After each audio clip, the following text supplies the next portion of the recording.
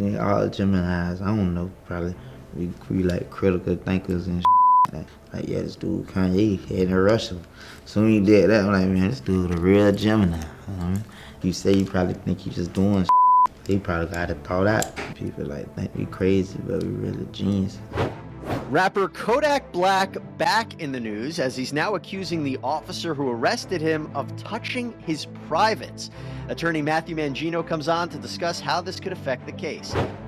Plus, is Cleveland Browns quarterback Deshaun Watson about to sue the NFL? Pro Football Talk's Mike Florio explains what this can mean for Watson's time on the field. And a body language expert breaks down a Jussie Smollett interview to see if he was really lying.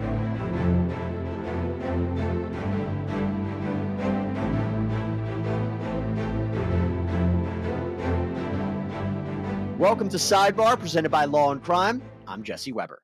So rapper Kodak Black finds himself in a new legal situation.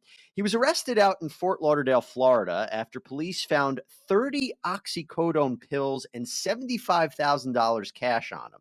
And he was charged with possession of a controlled substance and drug trafficking after patrol highway officers pulled his car over that had dark tinted windows. Now, he was released on $75,000 bond, and his attorney is claiming that the pills were prescription pills and that he didn't do anything illegal. That Kodak Black has been fighting pain since that he was shot in February out in LA on Super Bowl weekend. So they believe that he has a good defense. Now, the rapper himself is speaking out, or maybe tweeting out, because in a since deleted tweet after his arrest, Kodak Black wrote, "Hey, I'm Officer Pinky," insert word for male genitalia here. Let's just say D. So, hey, I'm Officer Pinky D, the one on the news for arresting the rapper kid with the big D and a lot of cash. Yeah, my daughter talks about it so much, I had to pull him over so I can feel it myself. No lie, bro. Felt like he had a shotgun in his front pocket. And Kodak Black defended himself in another tweet saying people don't even care to know what's going on. Well, I want to know what's going on. And to help me talk about what's going on, I'm joined right now by attorney and former DA Matthew Mangino. Matthew, it's good to see you. And I want to let all of our listeners and viewers know that there's a little bit of a delay here, about 2 seconds or so, but it won't change the fact that we're going to have a great talk about Kodak Black. Hey, Matthew. Hey, Jesse. Thanks for having me. So let's start with the tweet from Kodak Black, where he's basically insulting the officer, telling him that he's, touching his private areas. Could this expose, maybe that's not the best word, but could this expose Kodak Black to some legal jeopardy? Could this hurt him in any way? Well, it's certainly not going to endear him with the arresting officer and probably not the prosecutor's office, to try to get a laugh out of this arrest on social media. It probably isn't going to sit well with the people who have collected the evidence and are ultimately going to prosecute this case. He says, though, that he's got, before we even get to the prescription pills, is there any way, could the officer fire back, I don't know, with like a defamation claim and saying, how dare you say that about me? I was doing my job. Well, that's an interesting question. It certainly would appear to be satire in which he is kind of playing the role of the police officer. He's in the police officer's head saying what he might. Defamation, we know a lot about it because we've went through a long public trial about it. It is still very difficult to prove. You have to prove damage to your reputation and those sort of things. I think that would be a long shot. And they say the Johnny Depp Amber Heard trial didn't teach us anything. I thought it was a good legal lesson. But let's talk about his defense here. So his attorney is coming forward and saying these were prescription pills. His client has been in pain since he got shot. Is that a defense? Well, if he has a prescription for the pills, it may be a defense to, the possession with the intent to deliver or something like that. But it still may be a violation of the law. I know it is in Pennsylvania to carry prescription medication, which is not labeled in a prescription bottle. So that might still open up a charge there. The other thing is he has $75,000 in cash. I know he's an entertainer, but most people, even entertainers, don't drive around with $75,000 in cash on them. How serious is this for him? I mean, in the sense that we know he's had run-ins with the law before.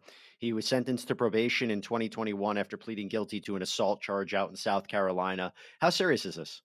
Well, it's a serious charge. The possession, the fact that he has all of this cash on him, which might be indicative of someone making cash transactions. They're serious charges and should be taken seriously. The only other defense, Jesse, that I could think of that they may try is that they didn't have probable cause to pull him over. The tinted windows. If that's a violation of law in Florida, then yeah, you have the probable cause. But did he permit them to search his vehicle? Is there suppression issues here? There might be a lot more to this case than we really know right now. That's a good point. And real quick, just to explain that, yeah, they stopped him because they thought that the windows were beyond what the legal limit is for the windows. What would be probable cause to search the car then? Well, I don't know that there would be probable cause to search the car. Now, you can always get consent. Did they ask him, can we search your vehicle? Amazingly, people who have contraband in their vehicle always agree to let the police check their vehicle. But, so there's issues that have to be examined here, which I'm sure will be examined through pretrial motions. All right. Matthew Mangino, excellent to have you on as always. Thanks so much. Thank you, Jesse. For me to come in here and have the opportunity to show this community, show this city, show this organization, show this locker room who the person I really am. And that's the main focus that I want to do, is continue to show people who I really am and get my story out eventually. Is Cleveland Browns quarterback Deshaun Watson about to sue the NFL? As we've discussed on Sidebar, Watson has been accused by multiple women of sexual misconduct. Now, in terms of a legal matter, he settled 20 out of the 24 lawsuits that he was facing, and a Texas grand jury refused to indict him on criminal charges. However, it is a separate question as to whether Watson should play on the field. At this time, a retired federal judge named Sue Robinson is acting as an arbitrator in this case. And after listening to evidence and arguments surrounding possible violations of the league's personal conduct policy, we are currently waiting for a decision from Robinson on any disciplinary action for Watson. And it is being reported that if this should end with Watson receiving a long suspension, like a year, he and the NFLPA plan to sue the NFL in federal court. But is this really going to happen, and how could this play out? Well, I'm joined right now by Mike Florio, founder of ProFootballTalk.com and a former lawyer. He's also the author of Playmakers, How the NFL Really Works and Doesn't. Mike, good to see you again talking about Watson. Good to be with you. And yes, this Watson thing has lingered for 16 months now, and hopefully it won't be 16 more. Well, you tell me. I mean, the chances that he receives a suspension, and a long suspension at that. Well, I think there's a pretty good chance he gets a suspension. Some folks who are familiar with the case believe there will be something, I was told yesterday, maybe in the range of 2 to 8 games, because ultimately, even though there were 24 lawsuits, as you mentioned, the NFL presented evidence that was accepted by Judge Robinson of 4 accusers, not 24. So it was narrowed down dramatically as the NFL tried to show a violation of the personal conduct policy. I think a full season at this point will be difficult for the NFL to get, either from Judge Robinson or on appeal. Now, if she imposes any discipline whatsoever, the commissioner steps in with the authority to handle the appeal. So who knows what will happen there. This is the first time they're using this new procedure. So yes, if he is out for a year, the reporting is, and I have no reason to doubt it, they would try to take the matter to court. But based upon some past cases that have gone to court, I don't think they would have any success there, because, as you know, judges love it, and the Federal Arbitration Act encourages it when parties have their own dispute resolution procedure, to respect it and to not get involved in it and clog up the court system with disputes that are being handled outside of a court of law. Now, correct me if I'm wrong. You talked about past cases. I could be completely wrong. Didn't Tom Brady try to do this at one point? Tom Brady won at the trial court level, Southern District of New York. But the NFL appealed to the U.S. Court of Appeals for the Second Circuit, which has jurisdiction over New York and a couple of other states. The NFL won there before a 3-judge panel, 2-1. Could have gone the other way. Anybody that practices law knows about this. You get those 3 judges, you find out basically when you show up that day. And you could be 2-1 winner, 2-1 loser. It depends on who your judges are. NFL won. And then when Ezekiel Elliott was suspended a few years back, and he tried to beat the NFL to the punch and file suit in Texas and preliminarily won, but then later it was determined, no, you started the process too early. The NFL's case back in the Southern District of New York takes precedence. It ended up back in that same track, and the Brady precedent tied the NFLPA's hands with Elliott. And I think in this same case, as long as the NFL wins the race to the courthouse, and it's a rigged race because they know when the gavel is going to fall on Roger Goodell's decision, as long as they file a declaratory judgment action in SDNY before the NFLPA files a suit, they're under the same Brady precedent. And the bottom line is the NFLPA and the NFL have agreed to these procedures, and those procedures are going to be respected. That's the Brady ruling in a nutshell, and that same thing would apply to Watson, especially since they were back at the bargaining table 2 years ago, and they tweaked these procedures. They had an opportunity to make them more fair from the NFLPA's perspective, and they did, but if they're not happy with the outcome, I don't think they're going to get any relief. So just to be clear, if it comes out that he's suspended for between 2 and 8 games, is there a chance that Roger Goodell, the NFL, and Watson and the NFLPA say, you know what, that's okay, let's move forward? Or is it going to be a continued fight? You talked about it in an appeal by Roger Goodell. I mean, 2 to 8 games is just not enough in their stance. So assuming if that initial report is true and that's what the suspension is, how do you see it playing out? There was a report several weeks back from the AP that if the suspension from Judge Robinson comes in the range of 6 or 8 games, the NFL may not exercise its right to appeal, even though the commissioner has final say over the appeal process, that they may just want it to be over at that point. So if it is 6 or 8, maybe it is done at that point. Maybe the NFL doesn't appeal. But the NFL isn't in the habit of giving up its rights. This is more than about Deshaun Watson. This is about the NFL emerging from the 2020 CBA negotiations with the power to swoop in and throw out whatever the disciplinary officer does, the independent judge in this case, Judge Robinson. The NFL can say, no, we're taking control of this. The commissioner is going to issue the final decision. So it becomes more about power between the NFL and the NFLPA. That would be a reason for the league to push forward. And remember, it was in 2014, the Ray Rice case. The perception that the league didn't go far enough with Rice almost brought down the commissioner. So if the league is going to say, we respect Judge Robinson's decision, they're opening themselves up to criticism by people who would say, wait a minute, you don't have to respect it. You've got the hammer on appeal. If you want him out for a year, all you have to do is appeal it to the commissioner. He's the guy that told the league's lawyers to try to get a year. Go back to him, and he'll give you that year you're looking for. That's the risk they take if they don't appeal it. Yeah, and that's a really good point. So I guess we'll wait and see what Robinson ultimately decides. Mike Florio, thank you so much for coming on. Appreciate you taking the time. Good talking to you. I am not suicidal. That's what I was about to say. Okay. I am not suicidal. Okay. I am not suicidal. I am innocent, and I am not suicidal. If I did this, then it means that I stuck my fist in the fears of Black Americans in this country for over 400 years and the fears of the LGBTQ community. Your Honor, I respect you and I respect the jury, but I did not do this. And I am not suicidal. And if anything happens to me when I go in there, I did not do it to myself. And you must all know that. I respect you, Your Honor. I respect your decision. Jail time. I am not suicidal. Okay. Let's talk a little Jussie Smollett right now. Last year, a jury convicted the former Empire actor of 5 counts of disorderly conduct for lying to police about being the victim of a hate crime attack. And prosecutors were able to show that Smollett actually staged this crime. He served 6 days of a 150-day jail sentence because he was seeking an appeal. But something interesting has happened since. We caught wind of this article from the Daily Mail where they had a body language expert break down an interview that Jussie Smollett did with author and TV host Mark Lamont Hill back in September of 2020.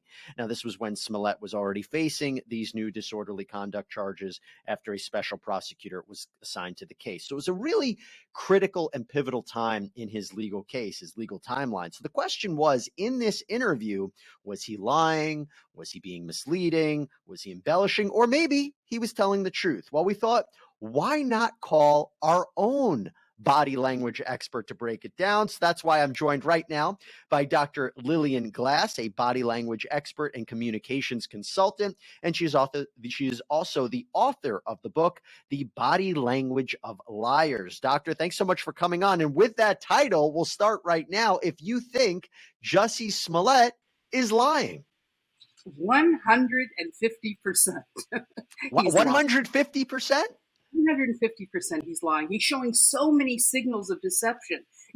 Watching him is an excellent case to present before any law enforcement agency or any FBI agency or any university student to teach them how to detect deception, signals of deception, because there's so many of them that are evident when he speaks. Like what? Is it something to do with his facial expressions or his body movements? That's part of it. One of the things you see often is he'll lick his lips, and that means he's getting cotton mouth. He's getting dry mouth because the autonomic nervous system, so to speak, is working overtime. And so all of his salivary glands are shutting down. So this is why you're seeing him lick his lips. Then you're also seeing him look away. You're seeing him touch his nose. You're seeing a lot of shoulder shrugging when he speaks. And then you're hearing a word salad. He goes on, and he goes off at tangents, and he makes no sense. And this is a severe sign of deception. What about the way he moves his body? I noticed he moves a lot. I mean, my interpretation, he moves a lot during the course of the interview. You mentioned the way he touches his face. Was that anything that you noticed as well? That's a good observation, Jussie, because when he moves a lot, he's fidgeting. So that's another signal of deception. And I noticed in some of the interviews, he leans in a lot. So it's like he wants you to believe what he has to say. There's so many tells, so to speak. There's so many signs that it becomes disturbing. And you really wonder that how can he really go on and keep saying this? The body doesn't lie, and neither does the voice. It just doesn't, because it's hooked in neurologically. There are things deep in your brain which let things out, which allow you to leak things out. And this is what's really going on with him. Another thing he does, he'll say something where he should have said yes and shake his hand yes, and it'll be shaking it no. So again, the body knows when you're telling the truth and when you're not. But that's what's surprising to me, because if he is a trained actor, and I mentioned this on a previous podcast, I actually went to acting school at one point. Not my strongest, but whatever. The point is you're trying to find that truth and tell the truth. And when you look at these actors giving performances, for me, it comes off incredibly genuine watching it. And it comes off as real. So wouldn't you expect that if he's telling this, and let's assume he's not telling the truth, that he would know how to tell the truth? Okay, I really am glad you mentioned that you went to acting school, because I've worked with a lot of actors in my lifetime, teaching them body language for different movie roles. The whole key with being an actor is you're in the moment, and it's a very short period of time and a very limited thing that you're doing when you're speaking, when you're going into character. You can't maintain this constantly. You can't. And what's happening here is this is not about acting. This is about his defending himself. And you would think that maybe he really believes it, but his body knows that it's not true, because there are things that are leaking out. Otherwise, they wouldn't be leaking out.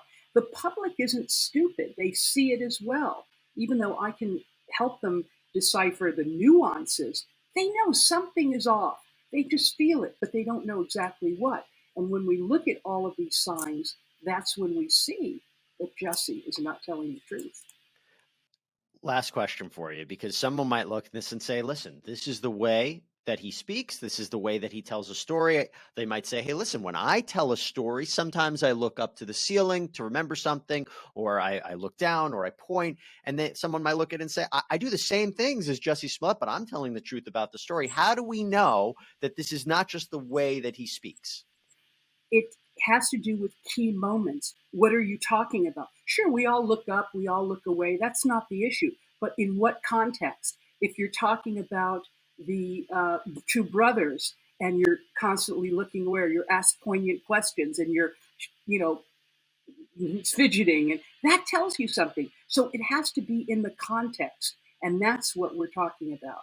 But certainly there may be signals that we do and that he may be doing that maybe are not deceptive, but when he does them in a specific manner, that is the context that we have to look at.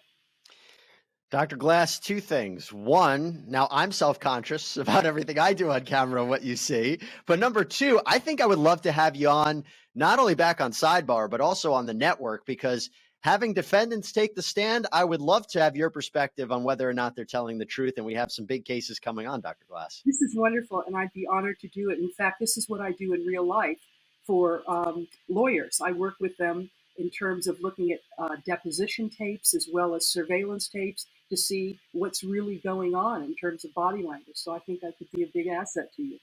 Well, Dr. Glass, it's been a pleasure. Thank you so much for coming on to Sidebar. Absolutely. My pleasure as well. And everyone, thanks for joining us here on Sidebar. Please subscribe on Apple Podcasts, Spotify, YouTube, wherever you get your podcasts. Sidebar is produced by Sam Goldberg, YouTube manager Robert Szoke, and Alyssa Fisher as our booking producer. I'm Jussie Weber. Speak to you next time.